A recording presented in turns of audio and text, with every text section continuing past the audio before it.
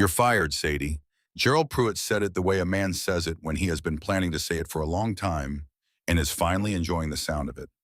He slid the envelope across the desk and did not look at her face. Sadie Mae Briggs had worked 6 years at that counter, 6 years of split shifts and cold tips and smiling at men who looked at her like she was something on the menu. She took the envelope. She did not cry. And when she walked out the front door of Millie's Diner into the November cold, with nothing but a check that would not cover her rent and a cast iron skillet she had forgotten she was carrying, she had no way of knowing that the worst afternoon of her life was also the first moment of something she could not yet see. Copper Creek, Kentucky had been a coal town, once the kind of place that ran 24 hours and kept its lights on past midnight and had a reason to exist that everyone understood without being told. The main street ran 4 blocks and then simply stopped as though whoever had built it had given up halfway through the job.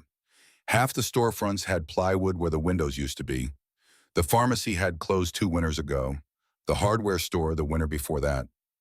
What remained was a gas station, a Dollar General, a barber shop run by an 80-year-old man named Earl, who only came in on Tuesdays, in Millie's Diner, which sat on the corner of Main and Route 9 like the last tooth in an old man's mouth. Sadie had started there the week after the funeral because the mortgage on the small house she and Cole had rented on Sycamore Lane did not pause for grief. And Lily was only 3 years old, and 3-year-olds needed milk and bread and shoes that fit regardless of whether their father was alive or not. Sadie had walked in wearing her best blouse, which was not very good, and asked the owner, Gerald Pruitt, if he needed help. Gerald had looked her up and down in a way that made her skin feel wrong, and then he had said yes because Sadie was 28 years old and had green eyes the color of creek water in July and a face that made people want to sit down and stay a while. And Gerald understood that people who felt comfortable left better tips. 6 years later, Sadie was 34, and she knew every crack in every booth, every sticky spot on the laminate counter, every customer who took their coffee, black, and everyone who needed 3 sugars and would still complain. It was bitter. She knew which truckers were kind and which ones let their eyes sit on her too long. She knew that the lunch rush on Fridays was the best money she would see all week. And she knew that even on a Good Friday, she would go home and sit at the kitchen table after Lily fell asleep and move numbers around until the numbers told her the same thing they always told her. She was good at her job. That was the thing nobody gave her credit for, because being good at being a waitress in a dying town was not the kind of thing that got written about or celebrated. But Sadie was good at it the way some people are good at holding things together with their bare hands when the structure around them is collapsing. She remembered orders without writing them down. She refilled coffee before people realized their cups were empty. She had a way of appearing at the exact moment a customer needed something and disappearing before they felt crowded, which was a skill that took years to develop and that most people never managed at all. She also had a way of seeing people that most of them did not expect from a woman in an apron carrying a coffee pot. The morning it all changed started the way every morning started, which was with Sadie's alarm going off at 5:15 in the small bedroom of the house on Sycamore Lane. The room was cold because the furnace had been struggling since October, and she had learned to keep a sweater on the floor beside the bed so she could pull it on before her feet touched the ground. She dressed in the dark the way she always did so, as not to wake Lily in the next room. She brushed her hair and pulled it back and looked at herself in the bathroom mirror for approximately 3 seconds, which was all the time she could afford. And then she went to the kitchen and made coffee and packed Lily's lunch and wrote a note that she left on the table beside the cereal box. The note said the same thing it always said. It said, "Good morning, sunshine." It said there was money in the jar on the counter for the field trip permission slip. It said, "I love you bigger than the whole sky." Then she drove to Millie's in the dark. The breakfast shift started at 6 and ran until 2 in the afternoon, and on this particular Wednesday in November, the sky was the color of old pewter, and the temperature had dropped overnight into the low 20s, which meant the regulars would come in stomping snow off their boots and complaining about the cold and wanting their coffee before they even sat down. Sadie had the first pot ready before the open sign was flipped and the door unlocked. The morning went the way mornings went. Old Hector Weaver came in at 6:10 and sat in his usual booth and ordered the same thing he had ordered every weekday morning for as long as Sadie could remember, which was 2 eggs over easy and white toast and black coffee and he read the same Harlan County newspaper that was always 2 days old because that was the only subscription the town could still get delivered. The Barlow brothers came in at 6:45, still in their work clothes from the overnight shift at the distribution center in Harlan, and ordered stacks of pancakes and ate without talking, the particular silence of men who had been up all night doing work that ground them down slowly. A young woman Sadie didn't recognize came in around 7:30 with a toddler in a coat too thin for the weather, and Sadie quietly brought them an extra plate of toast without putting it on the check. It was a Wednesday like other Wednesdays, until Gerald Pruitt came in through the back door at 11:43. Sadie knew the exact time because she had just looked at the clock above the pass-through window, calculating whether she had enough time to run to the school and back during the gap between the end of the lunch rush and the start of the afternoon slowdown. Lily had texted her at 10:30 a short message that said some of the kids at recess had made fun of her boots. The boots were last year's bought at the Goodwill in Harlan, and they had a small separation beginning at the toe of the left one where the sole was starting to peel away. Sadie had been planning to fix it with adhesive she bought at the Dollar General, but she hadn't had a chance yet, and now the thought of Lily standing in the schoolyard with that peeling boot while other kids pointed and laughed was sitting in the center of her chest like a stone she couldn't put down. Gerald walked in wearing his good coat, which meant he had been somewhere important that morning, or wanted people to think so. He was 53 years old and had the face of a man who had spent his entire life calculating what he could get away with. He stood in the kitchen doorway and looked at the diner with the particular expression of a man surveying something he owned, which in fairness he did, though ownership, in Gerald Pruitt's case, had always been about control rather than care. The diner was half full. The lunch rush was just settling in. Sadie was carrying 2 plates to a table near the window when she heard the voice from the back corner, a voice she recognized as belonging to Dale Muncie, who drove long-haul trucks and came in every few weeks and had never once in 6 years left a tip that amounted to more than loose change. Dale was saying something to his companion, another man Sadie did not know, and his voice was not quiet. It was the voice of a man who knew he could be heard and did not care, the voice of someone who had spent his life being exactly as loud as he wanted to be because nobody had ever made him stop. What he was saying was about Carla. Carla was the other waitress, 22 years old, 3 months at Millie's, still learning the register. She was standing at the far end of the counter with her back slightly turned, and Sadie could see from across the room that Carla had heard because her shoulders had gone up and stiff in the particular way that women's shoulders do when something has been said that they have no safe answer to. Sadie set down the 2 plates. She walked to Dale Muncie's table. She stood there until he stopped talking, which took longer than it should have because Dale was the kind of man who finished his sentence even when he knew he was being watched. She said quietly that he needed to keep his voice down and show some basic respect, and that if he was not able to do that, he was welcome to eat somewhere else. Dale looked at her the way men like Dale always looked at women who said things they did not want to hear. He said something back also quietly that she would not repeat to anyone. And then Gerald Pruitt was at her elbow, his hand on her arm in a way that looked like guidance but felt like a grip, steering her toward the back. The conversation in the back office lasted 4 minutes. Gerald said she had embarrassed a paying customer. He said she had no right to address customers that way. He said she had been a problem for a while and this was the last straw. He slid the white envelope across the desk and said the word fired in the same tone he might have used to say the word Wednesday flat and without inflection, as though what was inside the envelope was a reasonable conclusion to a reasonable conversation and not the removal of the only income keeping her daughter in cereal and boots. Sadie did not cry. She had learned a long time ago that crying in front of Gerald Pruitt was something she would not do because it was exactly what he wanted, and because the expression on his face when he got what he wanted was something she could not stand. She took the envelope. She went to the break room and got her coat and her bag. She said goodbye to Carla, who was standing near the coffee pot and looked stricken, and said nothing because Carla was 3 months in and could not afford to be associated with anything that might get her fired too. Sadie understood this. She did not hold it against her. She walked out the front door of Millie's diner. The cold outside was the hard kind, the kind that found every gap in your clothing and moved in like it belonged there. Sadie stood on the sidewalk and opened the envelope and looked at the check inside, which was her last 2 weeks' wages minus what Gerald had decided were outstanding registered discrepancies that she had never been told about until this moment. The check would not cover November rent. She folded it and put it in her coat pocket and stood there for a moment, not because she had anywhere to go, but because she needed a few seconds before she got in the car and figured out what came next. She was still holding the cast iron skillet from the breakfast cleanup. She had set it on the pass-through shelf near the back door before Joe called her to the office. And on her way out through the break room, she had picked it up without quite registering that she had done so. The muscle memory of a woman who had been carrying heavy things from one place to another for so long, it had become involuntary. The wind came down off the ridge and moved along Main Street with a sound like breathing. That was when she heard the other sound.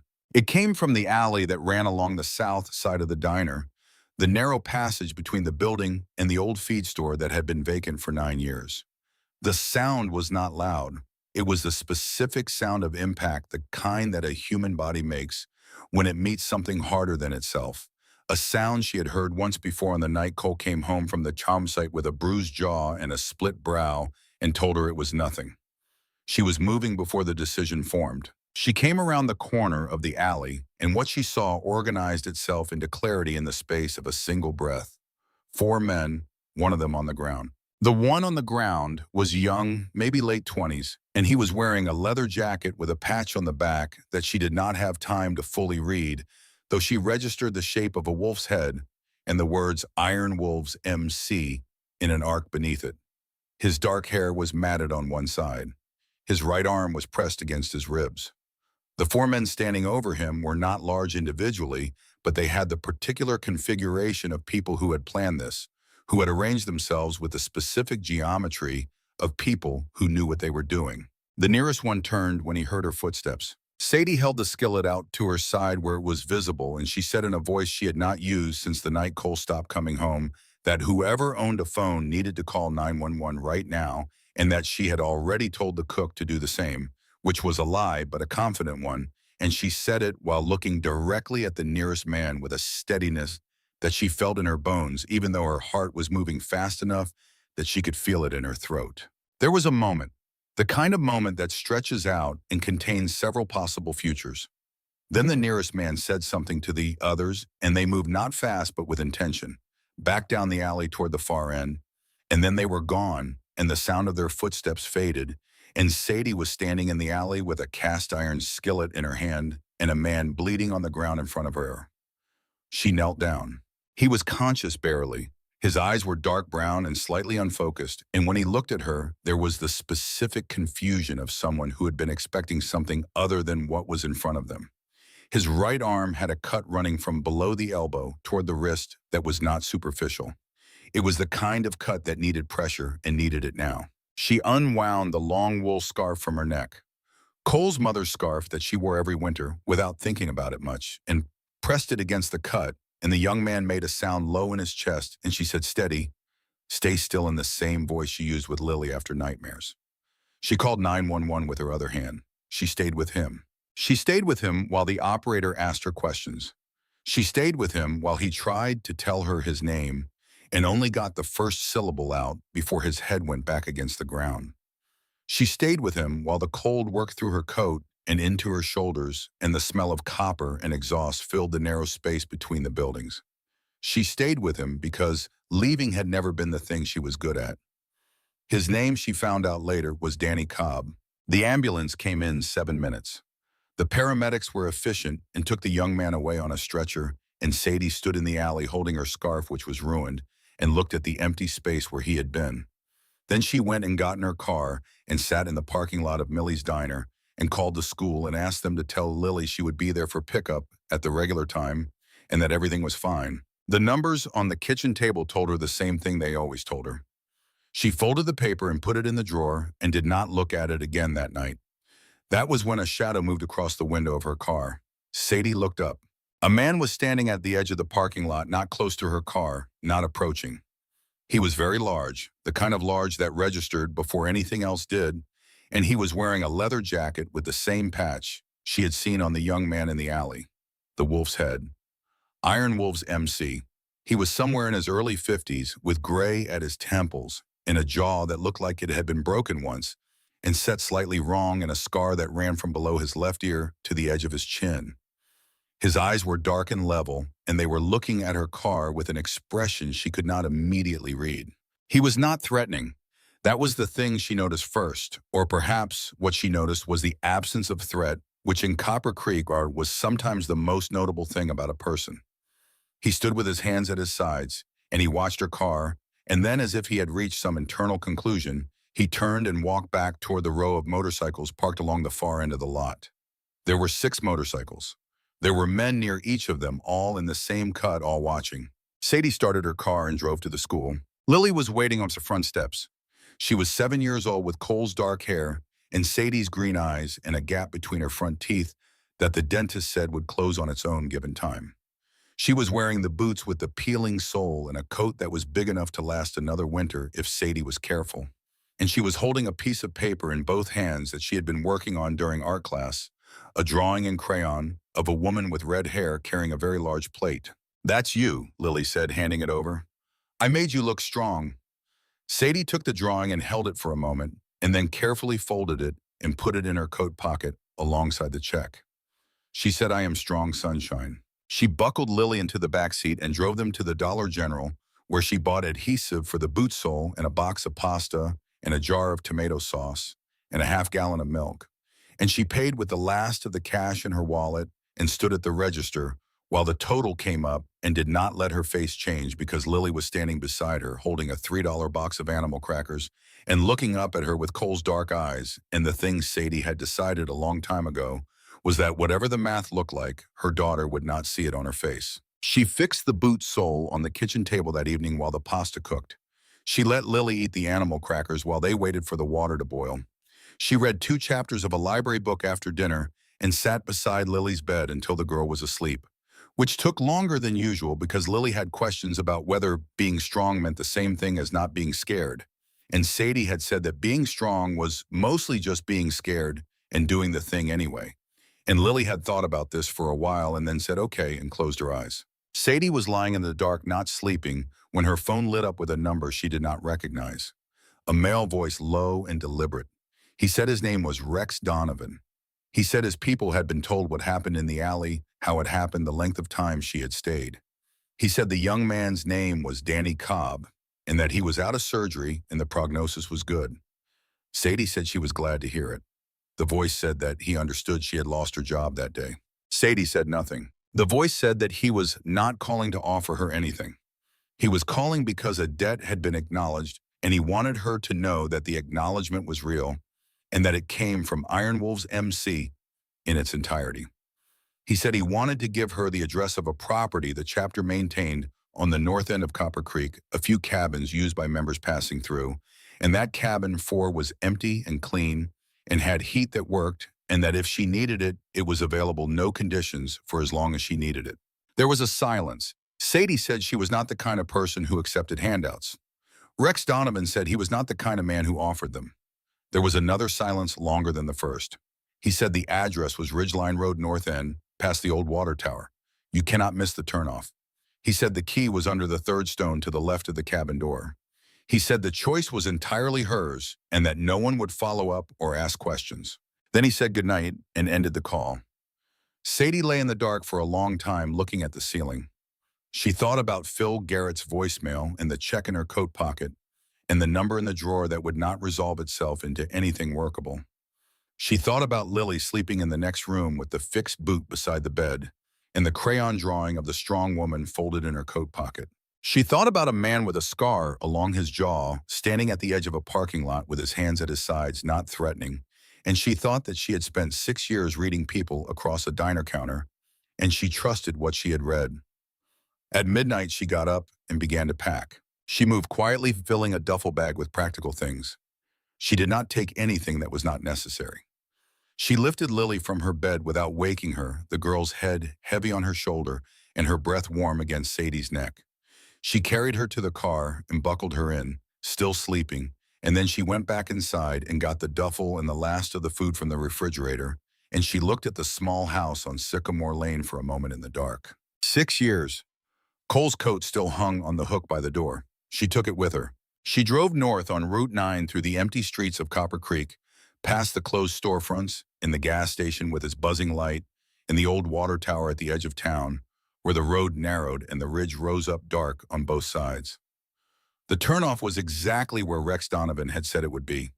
The cabin was small and clean, and the key was exactly where he said it would be. And when she got the door open and turned on the lamp inside, she found that someone had left a bag of groceries on the kitchen counter and fresh towels folded on the bed. No note, no conditions. She stood in the middle of the cabin looking at the groceries and the towels in the working heat, and she pressed her hands flat against the kitchen counter and breathed until the pressure behind her eyes receded. Then she went back to the car and carried Lily inside and put her in the bed and pulled the blankets up and sat beside her in the lamplight for a while. Lily slept without waking. The heat worked. Outside, the cold pressed against the windows of Ridgeline Road and Copper Creek, sat at the bottom of its valley under the Appalachian dark, and Sadie Mae Briggs allowed herself to stop holding quite so tightly for just this one night and let the warmth of someone else's consideration move through the cold room around her daughter. What she did not know, sitting in that cabin in the dark, was that 2 miles south of her, in the office of a property management company, in a building adjacent to Millie's Diner, Gerald Pruitt was on the phone with a man whose name appeared in no public record connected to Copper Creek, talking about Sadie Briggs and what she might have heard and what, given the circumstances, needed to happen before she could become a problem. She did not know that the 4 men from the alley had not acted independently. She did not know what her husband had known. And she did not know that Rex Donovan, sitting alone in a room above the Iron Wolves chapter house on the south edge of town, was looking at a photograph beside a report sealed and dated 4 years ago, with the name Cole Briggs typed in the summary block under the heading Incident Fatalities. She did not know any of this yet. But the warmth in this particular cabin on this particular night was not simply generosity. It was the beginning of something that would pull her life apart and put it back together in a shape she had never thought to imagine.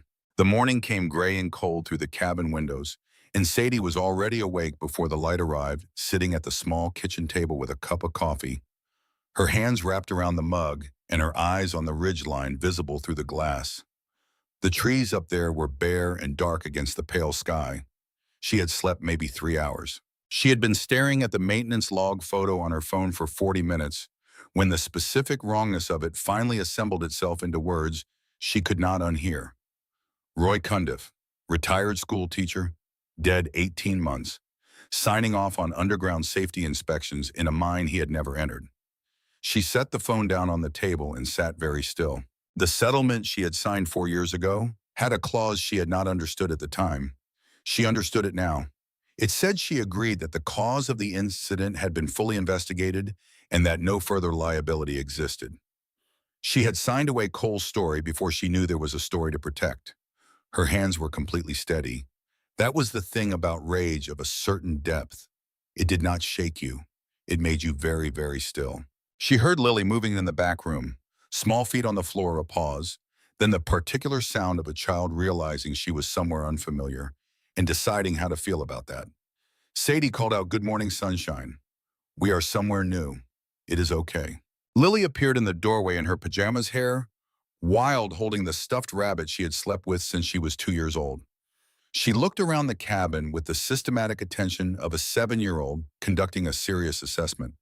She said, "Is there cereal?" Sadie said, "There is cereal." Lily sat down at the table and ate cereal and looked out the window at the ridge and asked if they lived here now. Sadie said, "For a little while." Lily considered this, stirring her cereal in the methodical way she had when she was processing something. She said, "Is it because you got fired?" Sadie looked at her daughter across the small table. She said, "Yes." Lily nodded slowly. She said, "Okay." Then she ate her cereal and did not ask anything else about it, and Sadie felt the particular pressure that lived in her chest every time Lily absorbed something adult. Without complaint, the weight of a child who had learned too early not to make her mother's hard things harder. She dropped Lily at school at 7:50 and drove to the county clerk's office in Harlan. The clerk was a woman named Deborah, who had worked there for 20 years and had the particular efficiency of someone who had long ago stopped being surprised by anything people came in asking for. Sadie filled out the request form and paid the $12 copying fee and sat in the plastic chair by the window while Deborah went to pull the file. Deborah came back in 9 minutes. She set a manila folder on the counter and said, "You have a right to this as immediate family of the deceased." And that was true, and something about the phrasing landed differently today than it would have 4 years ago. Sadie sat in the plastic chair and read the report. She was not an engineer and she was not an attorney, and there were sections she did not fully understand. But she had 6 years of experience listening to miners talk over breakfast and lunch at Millie's, and she had lived with Cole Briggs for 5 years before she lost him, and she knew enough to know that the section of the report marked maintenance inspection log had entries that had been altered. Not obviously, not in a way that would register to someone who was not looking closely, but two of the dates in the maintenance log were in a slightly different typeface from the rest of the document, and one of these inspection signatures belonged to Roy Cundiff. And Sadie knew Roy Cundiff because he had eaten breakfast at Millie's every Thursday for 6 years until he died of a heart attack 18 months ago, and Roy Cundiff had never worked for any mining operation in his life. He had been a retired school teacher. She made a copy of the relevant pages on her phone, slowly making sure each image was clear. She drove back to Copper Creek. She sat in the parking lot of the Dollar General and thought about what she was holding and what it meant and who she could possibly tell. She had no attorney. She had no money for one. She had no allies in this county who had resources, because the people in Copper Creek who had resources were the same people who had been running it into the ground for decades, and they were all connected to each other in ways that she had understood abstractly for years, without ever thinking it would matter to her specifically. Her phone buzzed. A text from an unknown number. It said, "There is someone who wants to meet with you. Ridgeline Road 6 tonight. No obligation." She stared at the message for a long time. She typed back who was asking. The reply came in 30 seconds. It said Rex. She drove to the cabin and spent the afternoon applying for every job listing she could find within 40 miles of Copper Creek, which took 2 hours because there were not many. She called Phil Garrett and left a message that was carefully honest, explaining that her employment situation had changed and asking for 2 weeks. Phil called back in an hour and said he would see what he could do. She picked up Lily at 3:15. Lily had had a good day and had made a drawing in class of the cabin with the mountain behind it, which she said was their new house. Sadie said it was a temporary house. Lily said temporary could still be a home. Sadie looked at her daughter in the rearview mirror and did not say anything back because there was nothing to say back to that. At 5:45, after Lily was settled with a book and a snack, Sadie walked outside. Rex Donovan was already there. He was sitting on the porch steps of the cabin, not inside, not approaching, just sitting on the steps with his forearms resting on his knees in the particular way of a man who was accustomed to waiting. He was wearing the leather cut over a flannel shirt, and in the late afternoon light of the ridge, she could see the full patch on his back clearly for the first time. Iron Wolves MC Kentucky, President. She sat down on the step beside him, not close but not distant, and they looked at the tree line for a moment without speaking. He said, "How is Danny?" Rex said out of the hospital this morning. Hard-headed enough that the doctors were more annoyed than worried by the end. She said she was glad. He said, "I know what you found at the clerk's office today." She turned to look at him then, because that was not something she had expected him to say, and not something she could let pass without looking at the man who had said it. His face in profile was not an easy face to read. The scar along his jaw was old and healed clean. His eyes, when he turned to meet hers, were dark and steady and held the specific quality of someone who had made a decision before arriving and was now waiting to find out whether she was going to make the same one. He said, "My people have been watching Black Ridge for 8 months. We had reasons of our own. When I found out whose name was in the incident report, I started looking at other things." He paused. Gerald Pruitt sits on the County Economic Development Board. That board approved the extension of Black Ridge's operating license 3 years ago, 6 months after the collapse, despite a state safety review that recommended suspension. He has financial relationships with the ownership group in Lexington, has had them for 11 years. Sadie was quiet for a moment. She said, "You are telling me Gerald Pruitt had a reason for what happened to Cole." Rex said, "I am telling you what I know and what I can document. What it means is for you to decide."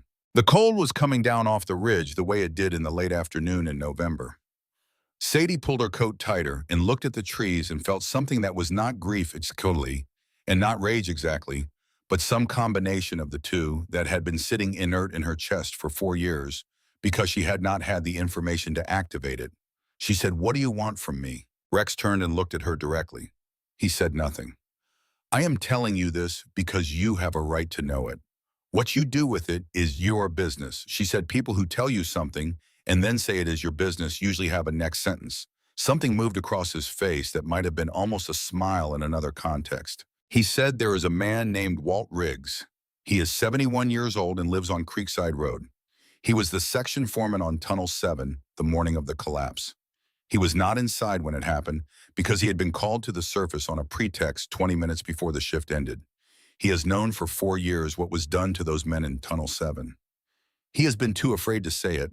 Sadie said, "Why is he afraid?" Rex said, "Because the same people who own the mine also own 3/4 of the residential property in this county, including the house Walt Riggs lives in.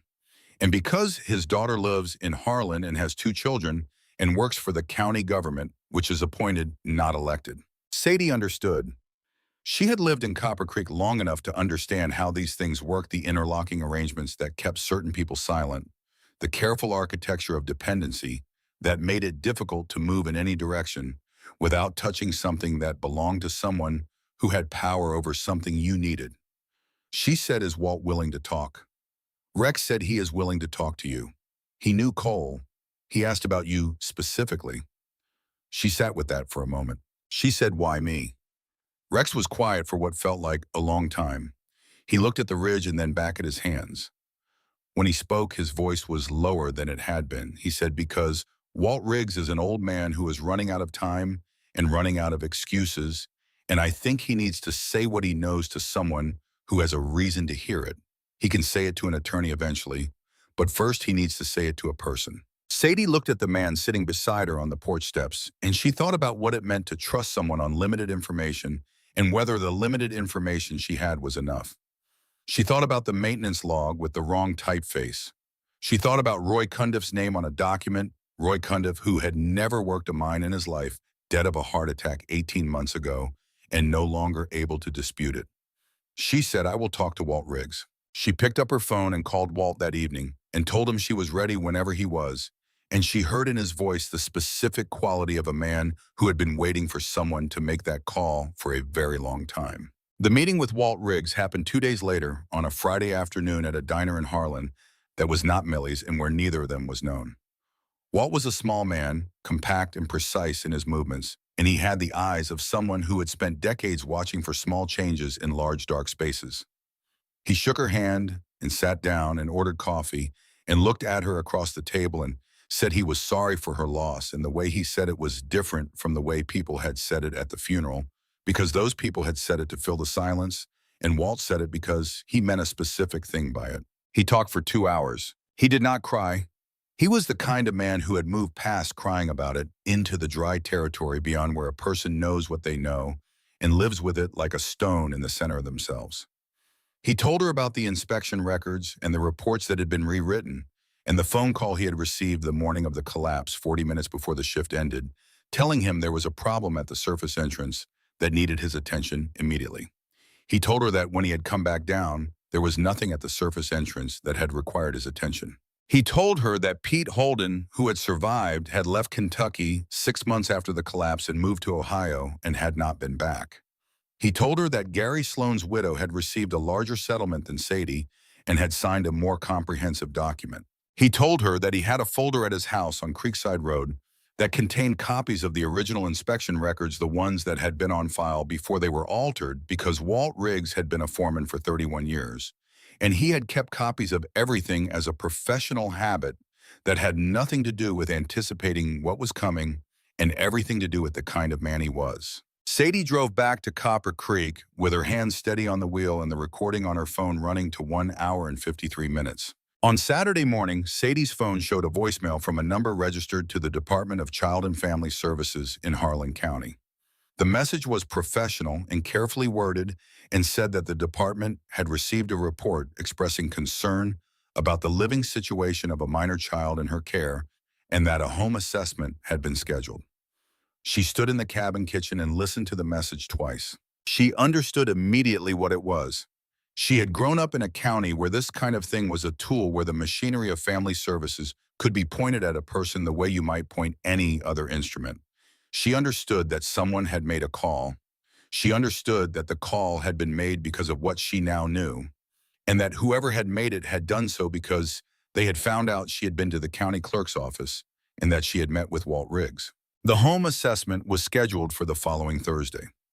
She called Rex. He did not express surprise. He said he had been afraid something like this was possible and that he had already made a call to an attorney in Lexington who had experience with this category of situation. He said the attorney's name was Margaret Flynn and that she had agreed to take a preliminary call that afternoon. Sadie said, "I cannot pay an attorney." Rex said, "It is being handled." She said, "I told you I do not accept charity." He said, "It is not charity. It is what happens when someone tries to use a child as a lever against a person who has done nothing wrong. I do not tolerate that."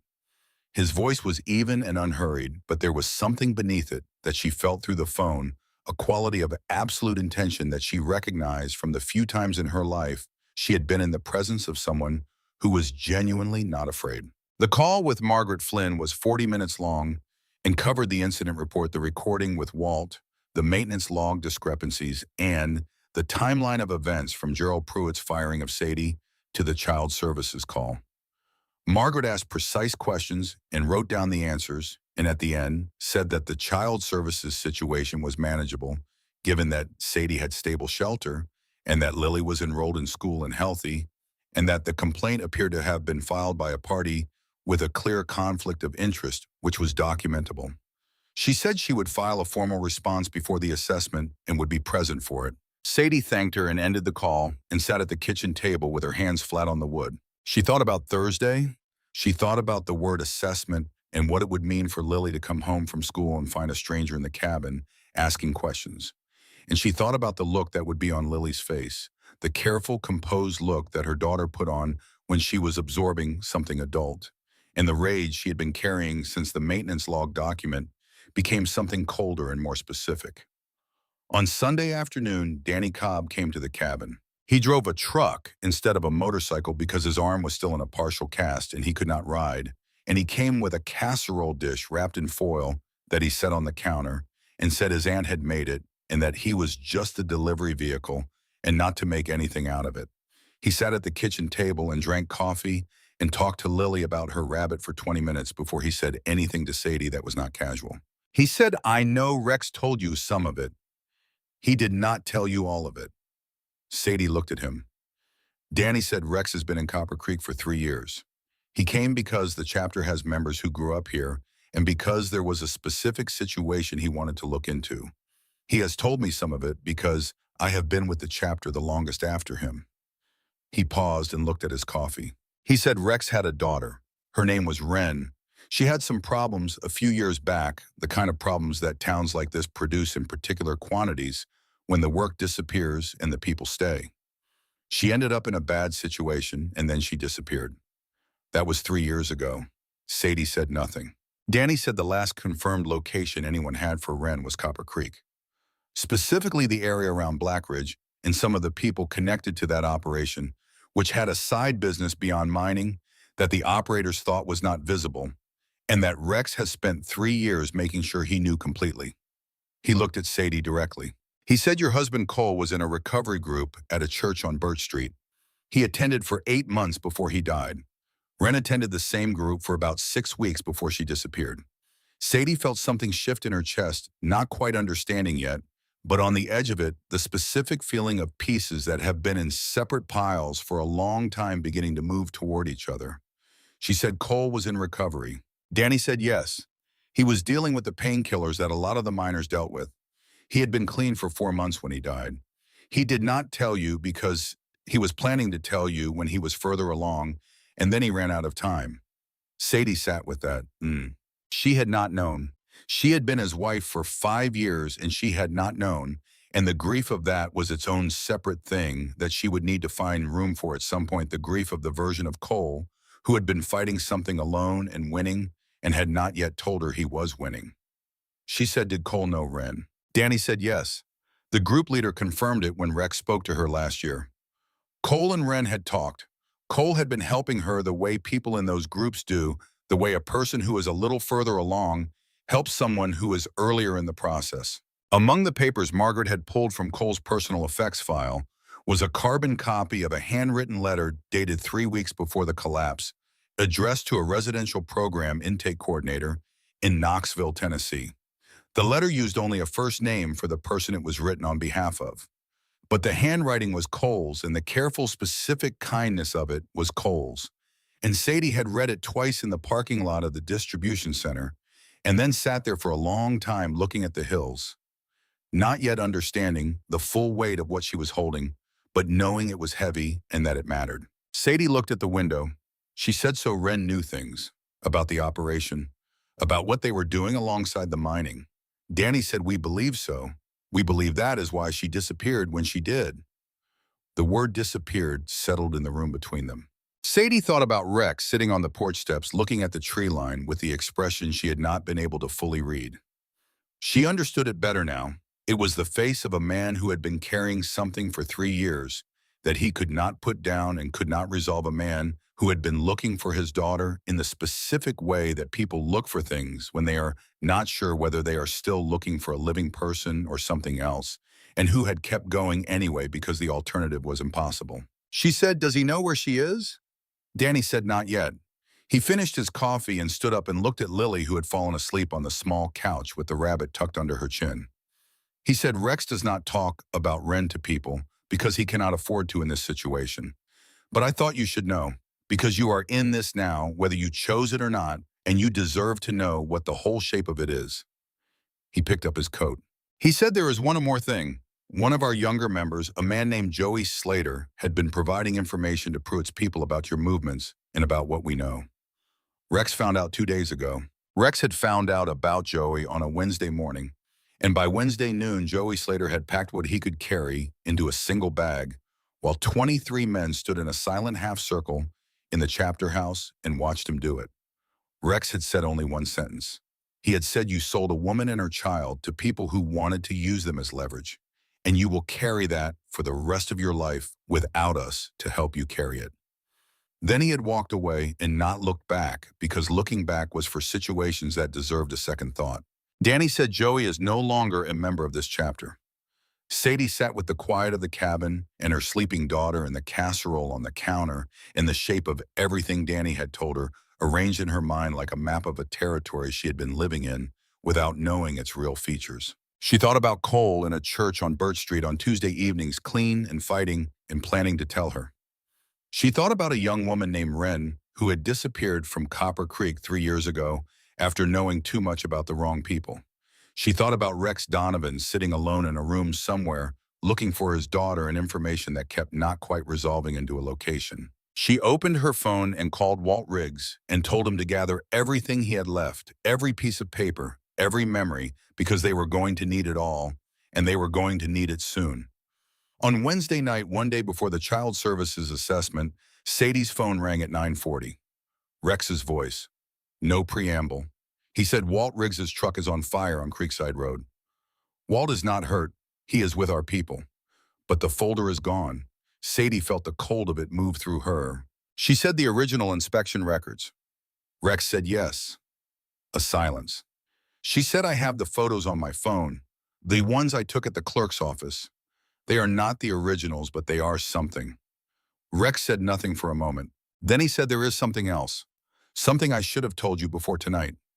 He paused. "My company's legal division has been subpoenaed copies of all financial records between Donovan Group and Black Ridge Extraction for the past 5 years as part of a separate federal review that began 6 months ago.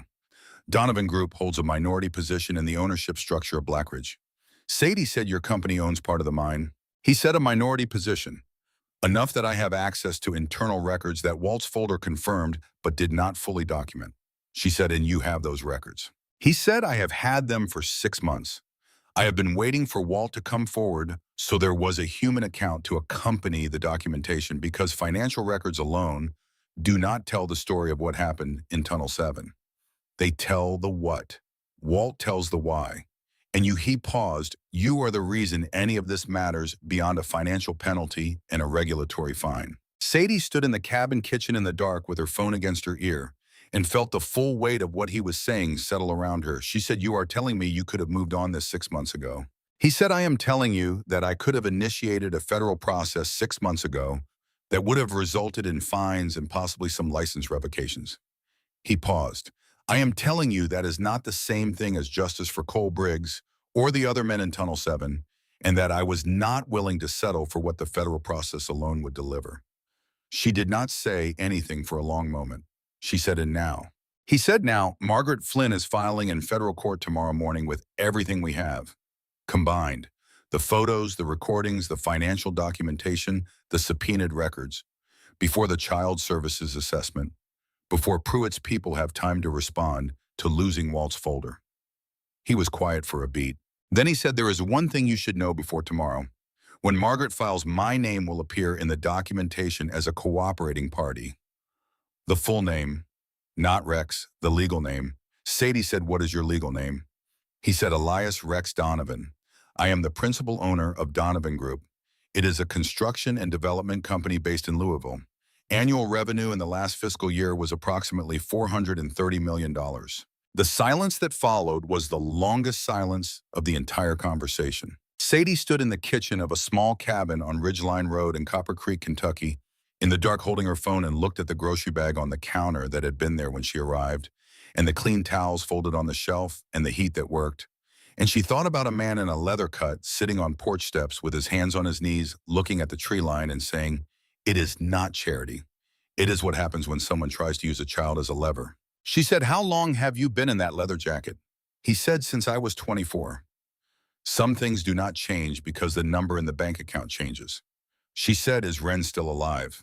The silence that followed this question was different from the others. It was the silence of a man who had been carrying something for 3 years in the specific dark place where a person carries things they cannot afford to examine directly, and who had just been asked to look at it directly by someone he had decided in the space of 5 days to trust. He said, "I believe so.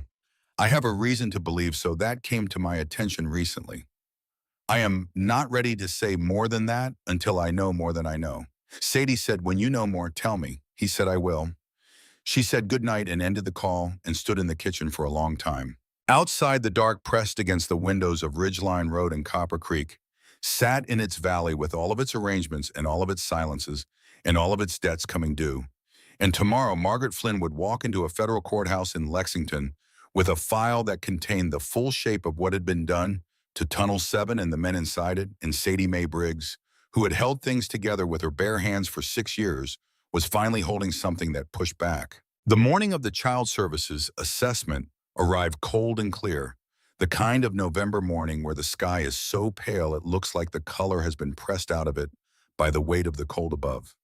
Sadie was up at 5, dressed and sitting at the kitchen table with coffee by 5:30, and by the time Lily woke at 7, the cabin was warm, and breakfast was on the table, and Sadie's face showed nothing that would make a 7-year-old ask questions she was not ready to answer. Margaret Flynn arrived at 8:45 in a gray sedan with a leather briefcase and the particular calm of a woman who had done this many times and understood that calm was a tool as much as anything else she carried. She was in her mid-50s, with silver-streaked hair, cut short, and reading glasses on a chain around her neck, and she shook Sadie's hand and looked around the cabin and said it was clean and warm, and that Lily looked healthy, and that she had filed the response at 7 that morning, and that the assessment officer would arrive at 10. She sat down at the kitchen table and went through what would happen. She said the officer would ask Sadie questions about the living situation, about Lily's schooling and medical history and daily routine.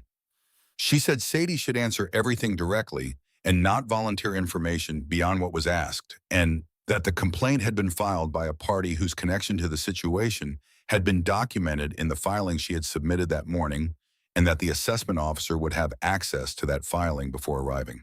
Lily ate her cereal and listened to all of this with the careful attention she gave to things she understood were important, and then she asked Margaret if she wanted to see her rabbit, and Margaret said she would very much like to, and Lily brought the rabbit out and introduced him by name, which was Captain, and Margaret said that was an excellent name for a rabbit, and Lily agreed that it was. The assessment officer was a woman named Carol Dupree, who arrived at 10:03 and who had the face of someone who had seen enough of these situations to know immediately which ones were genuine concerns and which ones were instruments. Carol Dupree walked through the cabin and asked her questions and wrote things on her form and spoke to Lily briefly in the front room while Sadie and Margaret sat at the kitchen table, and Sadie kept her hands flat on the wood and her breathing even. The assessment took 40 minutes. When Carol Dupree left, she said she would submit her report within 48 hours, and that based on her observation, the living situation appeared stable and appropriate. She said it without particular emphasis, but she said it looking at Sadie directly, which Sadie understood as a message of the professional kind delivered in the only language that the formal situation permitted. After she left, Margaret sat with Sadie for another hour and walked through the timeline of what was coming. She said the federal filing that morning had been received and that the Harlan County Clerk's Office had already been contacted to preserve all records related to Blackridge extraction pending review. She said Gerald Pruitt had been named in the filing as a party of interest and that his attorney had contacted her office before 9 that morning. She said the financial documentation from Donovan Group, combined with the recording of Walt Riggs and the photographic evidence from the maintenance log, constituted a substantial case. She said substantial with a precision that meant she had assessed it carefully and was not using the word loosely. She said it would not be fast. These things were never fast. But she said the shape of it was clear and that the people who had made the decisions that resulted in the deaths in Tunnel 7 were now in the position of defending those decisions against documentation they had assumed was either destroyed or inaccessible, and that this was the position in which people in that situation made mistakes. Sadie asked about the settlement she had signed 4 years ago. Margaret said that a settlement signed under conditions of incomplete disclosure had significant legal vulnerabilities. She said she would be addressing that specifically. After Margaret left, Sadie took Lily to school and then drove to Millie's diner and sat in the parking lot and looked at the building. She did not go in. She sat there for about 10 minutes looking at the windows and the sun and the corner where she had stood a week ago with a check in her hand, and she thought about 6 years of shifts and tips counted in piles on the passenger seat of her car, and about Gerald Pruitt's hand on her arm steering her toward the back office, and about Cole driving to a church on Birch Street on Tuesday evenings and fighting something alone and winning and planning to tell her when he was further along. She thought about what further along would have looked like the specific future they had been building toward without knowing how much of it was already in jeopardy. She started the car and drove back to Ridgeline Road. Gerald Pruitt was arrested on a Tuesday morning in January, walked out of his house on Oak Street in Harlan in handcuffs, while a neighbor filmed it on a phone, the video reaching 400,000 views by evening in the way that these things do when they show something people have been waiting a long time to see. The charges included fraud, falsification of public safety records, and conspiracies in connection with the deaths of Cole Briggs and Gary Sloan. His attorney called it an overreach. Margaret Flynn called it a start. Walt Riggs heard about the arrest on the radio while he was drinking his morning coffee on the porch of his house on Creekside Road, the same porch he had sat on for 4 years, with the weight of what he knew pressing down on him like a second roof. He sat there for a long time after the radio moved on to other news. Then he went inside and called Sadie and did not say anything for a moment, and she did not say anything either. And that was the right thing because some moments did not need words, they only needed to be shared. The weeks that followed moved with the slow momentum of large institutional things generating paperwork and depositions and motions that Margaret described in their calls with the precise neutral language of someone who was winning but would not say so until she was certain. 2 officials from the County Economic Development Board had been contacted for interviews. The Blackridge ownership group in Lexington retained new counsel. 2 of the 3 primary investors had retained separate counsel, which Margaret said was very good news, because people who retained separate counsel in situations like this were people who were beginning to calculate personal exposure, and personal exposure was where the truth lived. Walt Riggs received a call from an attorney in Lexington informing him that the lease on his property on Creekside Road would be renewed at no increase, and that a review of his situation had determined that an error had been made in previous communications. Walt called Sadie after and said he supposed that was one way to describe it, and she heard something in his voice that was the specific quality of a man who had lived with something heavy for 4 years and felt the first real reduction in the weight. Sadie found work at the distribution center in Harlan daytime hours that let her be back for Lily's school pickup, supervised by a woman named Donna, who had been running that floor for 11 years, and who after the first week told Sadie she was the fastest learner she had seen in a long time.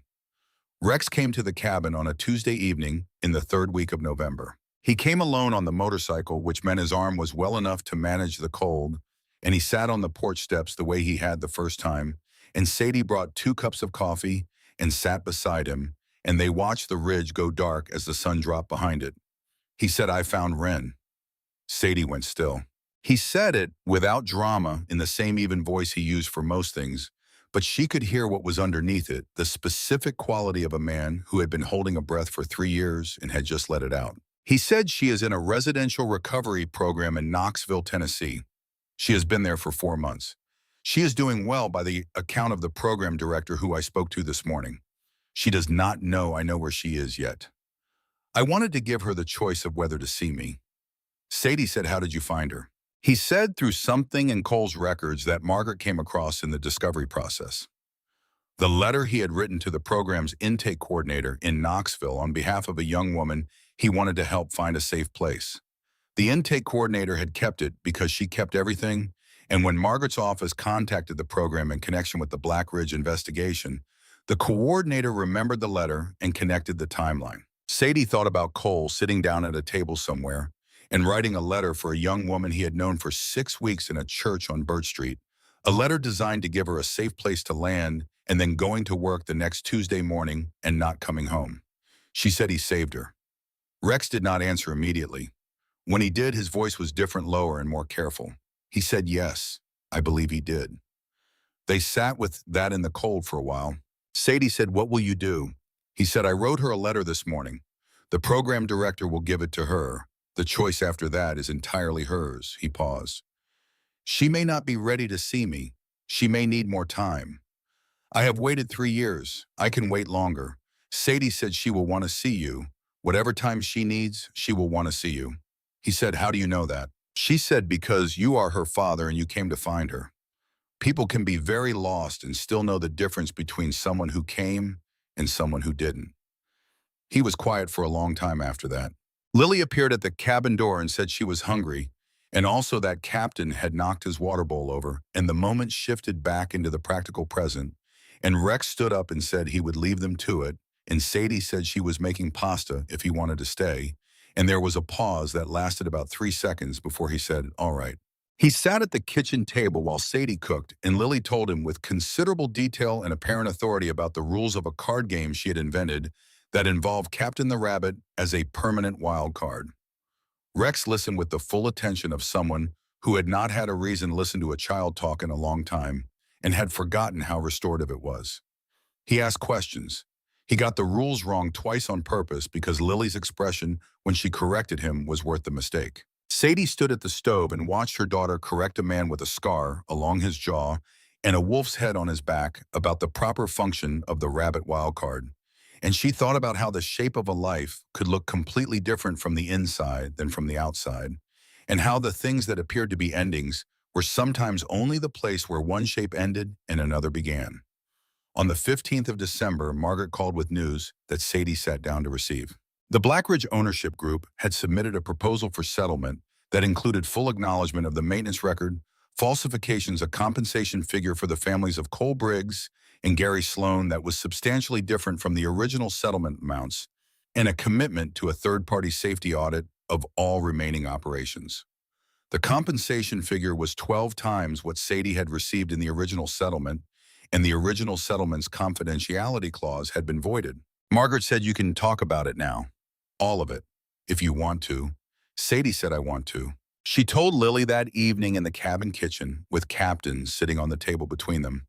She told her as much as a 7-year-old could hold, which was more than most people would have estimated. She told her that Daddy had known something important, and that some people had not wanted him to know it, and that Mommy and some other people had spent a few months making sure that what Daddy knew was heard, and that the people who had done wrong were going to be held responsible. Lily thought about this for a while. She said, "Was Daddy brave?" Sadie said, "Yes, one of the bravest people I ever knew. And he was brave in the quiet way, which is the hardest kind." Lily nodded slowly. She picked up Captain and held him against her chest. She said, "Okay." On the 22nd of December, 3 days before Christmas, Rex came to the cabin in the evening and he brought Ren. Sadie had known it might happen because Rex had told her Ren had responded to his letter and that they had spoken twice on the phone and that she had said she wanted to come home for Christmas if he would come with her and if there was somewhere that was not her apartment in Knoxville that they could be for the first day somewhere neutral and warm, where the first hour would not be just the two of them alone with 3 years of distance between them. He had asked Sadie if the cabin would serve that purpose. She had said yes without hesitating. Ren was 24 years old and looked younger and older than that simultaneously, the way people do when they have been through something that took years off their life and then put a different kind of years back on. She had Rex's dark eyes and a quality of watchfulness that Sadie recognized as the specific alertness of someone who had spent time in environments where watchfulness was necessary for survival. She shook Sadie's hand and looked around the cabin and then looked at Lily, who was standing in the kitchen doorway, holding Captain and assessing Ren with the systematic attention she applied to new situations. Lily said, "Is that your dad?" Ren looked at Rex. She said, "Yes." Lily said, "He is nice. He got the rabbit wild card wrong on purpose so I could correct him." Ren looked at Rex for a moment longer than the comment required something moving across her face that had to do with 3 years of absence and the specific evidence of a father being himself in the space of that absence. And she turned away quickly and looked at the window, and Sadie moved to the stove and said dinner was almost ready and that everyone should sit down. They ate. Rex and Ren sat across from each other at the small cabin table, and the first hour was not easy because 3 years of separation do not dissolve over a plate of pasta, but it was real, which was better than easy. They talked about small things at first, the kind of small things that are really large things in disguise, and Lily contributed to the conversation from her end of the table with the natural authority of someone who did not understand that the conversation was difficult and therefore helped make it less so. After Lily went to bed, Sadie made more coffee and left Rex and Ren at the kitchen table and sat on the porch in the cold with her own cup and listened to the sound of the ridge in December, the particular silence of bare trees and hard ground, and winter settled in for its full duration. She heard through the window Rex say something she could not make out. She heard Ren say, "I know, Dad, I know." She stayed on the porch until the cold required her to go in. Spring came to Copper Creek the way spring comes to the Appalachians slowly, and then all at once the ridges going from bare gray to the first tentative green over the course of 2 weeks in April that felt like watching something remember how to be alive. The town itself was still Copper Creek, still at the bottom of its valley with the empty storefronts and the particular weight of a place that had lost its primary industry and not yet found what came next. These things did not reverse quickly. Sadie did not expect them to. But things were moving. Walt Riggs had been interviewed for a regional newspaper and had spoken clearly and at length about what he had known and carried for 4 years. And the interview had been shared widely enough that people from counties away had called the paper to say they had similar things they wanted to say about similar situations. Margaret Flynn had 3 new inquiries from families in Harlan and Leslie and Perry counties. Sadie had been thinking about the diner for weeks in the way she had thought about certain things she wanted as a distant object she allowed herself to want, but had not yet allowed herself to move toward directly. Millie's had been closed since February when Gerald Pruitt's involvement in the investigation became public enough that the business had ceased to function as a going concern. The building sat on the corner of Main and Route 9 with a "for rent" sign in the window. She talked to Rex about it on a Saturday afternoon when Lily was at a friend's house, and they were driving back from Harlan on Route 119, with the windows cracked because the April air was finally warm enough to want it in. She said it out of nowhere in the middle of a conversation about something else, the way she sometimes said important things sideways and without build-up, because build-up gave the fear time to organize. She said, "I want to open a diner." Rex said nothing for a moment. He said, "On Main Street." She said, "Yes." He said, "Same building." She said, "Different everything else." He said, "What do you need?" She said, "Do not say you will handle it." He said, "I am asking what you need so that I can be useful in a specific way rather than a general one. There is a difference." She looked at him driving and thought about the difference between a man who handled things because it gave him control and a man who handled things because he understood what needed doing and was willing to do his part of it. She told him what she needed, which was the lease negotiated with the property management company in Lexington, a business loan she could actually repay, help with the renovation of the kitchen, and someone who knew the county licensing process. He said he could help with all of those things in ways that would leave the ownership entirely hers. She said that is the only way it works. He said, I know.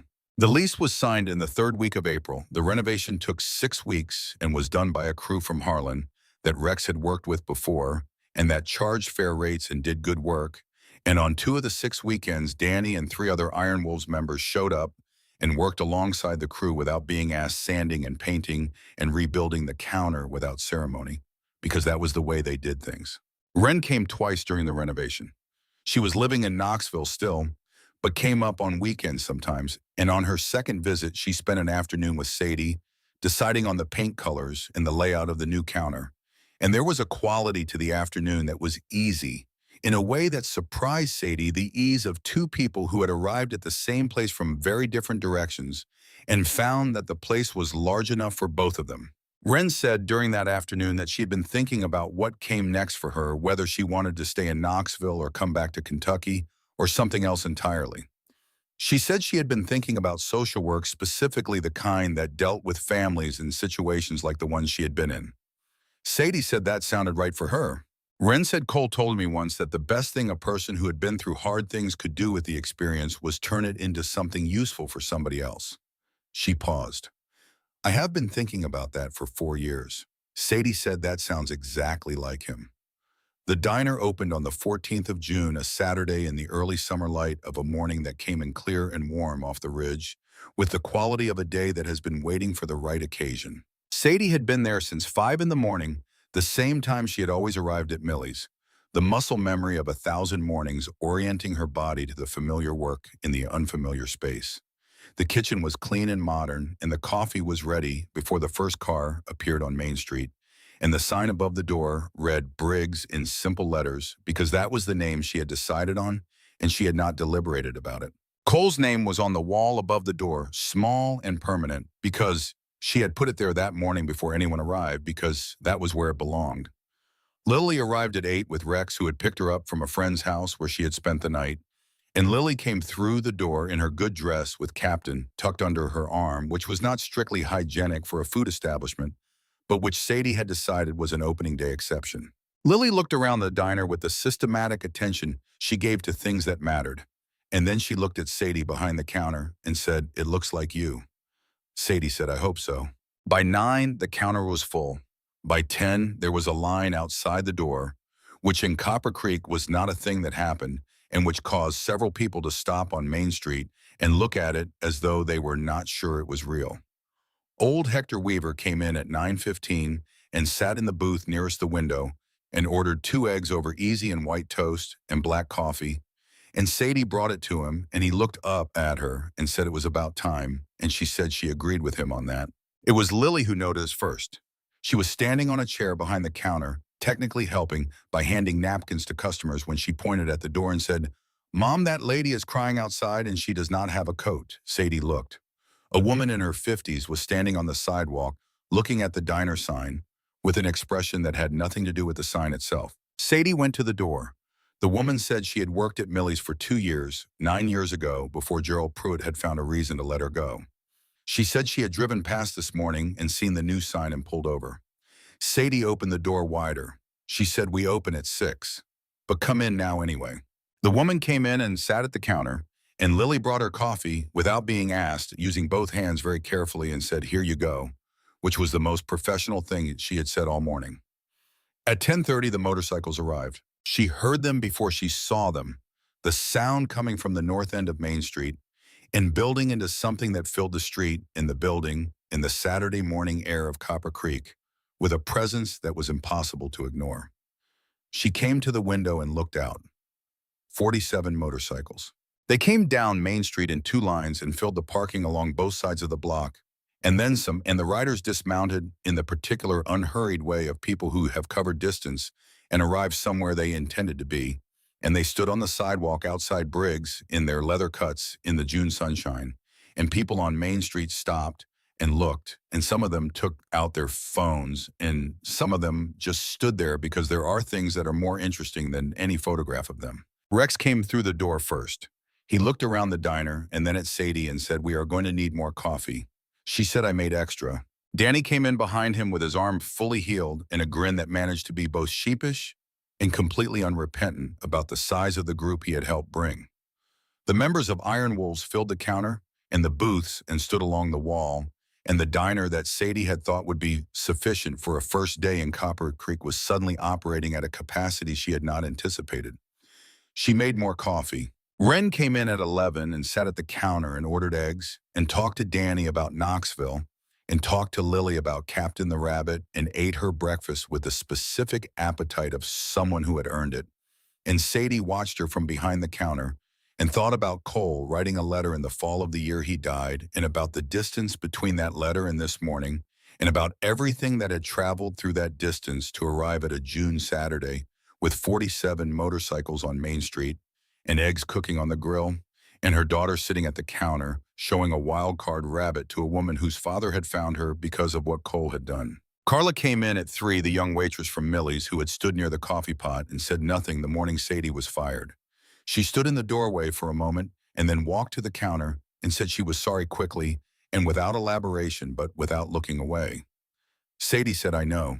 It was a hard position to be in." Carla said, "Is there any chance you need help?" "I am good at this. I was always good at this. I just needed a better place to be good in." Sadie looked at her for a moment. She said, "You can start Monday." Toward evening, when the main rush had thinned and the Iron Wolves had been fed and were drifting back toward their bikes in the long light of the June afternoon, Lily came and stood behind the counter beside Sadie. She was still carrying Captain. She had the expression of someone who had had a significant day and knew it. She said, "Mom, are we going to be okay now?" Sadie looked at her daughter, the dark hair and the green eyes, and the gap in her front teeth, and the rabbit under her arm, and she thought about every night she had sat at the kitchen table moving numbers that would not resolve, and about the specific feeling of walls closing in from all sides and how it felt now, this evening, after this day, standing in a room she owned on Main Street in Copper Creek, with the summer light coming through the windows. She said, "We were always going to be okay. It just took a little longer to get here than I would have liked." Lily considered this. She said, "I think Captain helped." Sadie said, "I think you are probably right." At noon that day, before the afternoon settled in, Rex had sat down at the corner booth, the one farthest from the door, the one that would be, she already knew, his regular seat. He had ordered coffee and looked out the window at the street where the motorcycles were parked, chrome catching the summer light. And then he looked at Sadie when she brought the coffee and she set it down in front of him. He said, "Your husband was a good man." Sadie said, "Yes, he was." He said Cole wrote that letter to a program he had never visited for a girl he had known for 6 weeks because he believed it might help her. He did not know it would lead to any of this. He paused. That is the kind of man who deserves to have his name on a door. Sadie turned away from him and looked out the window at Main Street and the motorcycles in the sun. She did not trust her voice for a few seconds. When she turned back, she said, "He always took the long way home from Birch Street on Tuesday nights. I used to think it was because he wanted the extra time. Now I think he was just not ready to stop being the person he was there before he walked back through our door." Rex said nothing, but he picked up his coffee cup and held it toward her, a simple thing, and she touched her own cup to it, and that was enough.